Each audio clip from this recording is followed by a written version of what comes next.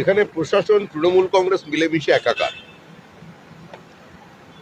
পুলিশের ভূমিকা প্রত্যেকের জানা,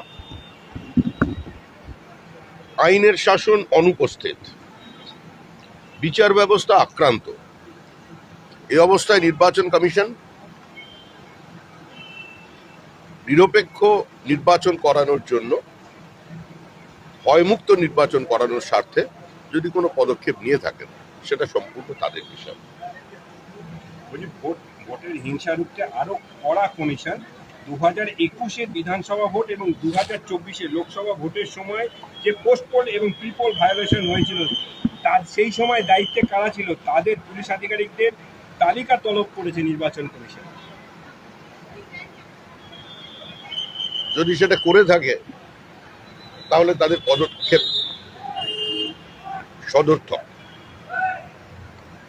ভোট পরবর্তী হিংসা পশ্চিমবঙ্গে যা হয়, ভারতবর্ষের অন্য কোথাও তা হয় না। নির্বাচনকে কেন্দ্র করে এত ভাতৃহত্যা, এত রক্তক্ষয়, দরিদ্র প্রান্তিক মানুষের সম্পত্তি লুট এবং ধ্বংস, এর থেকে লজ্জাজনক অবস্থার কিছু হতে পারে না, যেটা আজকে পশ্চিমবঙ্গকে মানুষ দেখছে। অন্যের রাজ্যের মানুষরা চিন্তা করছে যেটা কি ভোট হচ্ছে না, একটা তামাশা হচ্ছে, যুদ্ধ হচ্ছে। নির্বাচন ঘোষণার পর আজকে প্রথম তৃণমূল কংগ্রেসের একটি প্রচার রয়েছে। গ্যাস নিয়ে পথে নামছেন। তৃণমূল কংগ্রেসের গ্যাস কেউ খাবে না, অনেক গ্যাস দিয়েছে ওরা, আর নেবে না। ভারতবর্ষ এবং পশ্চিমবঙ্গের মানুষ মূর্খ নয়, অচেতন নয়। যারা পার্লামেন্টে সিলিন্ডারের ছবি নিয়ে বসছেন তাদেরও অবস্থা জানা, আর এখানে যারা ওই গ্যাস নিয়ে লাফালাফি করছেন তাদেরও মানুষ চেনে। এরা মিড ডে মিলের চাল খেয়েছে।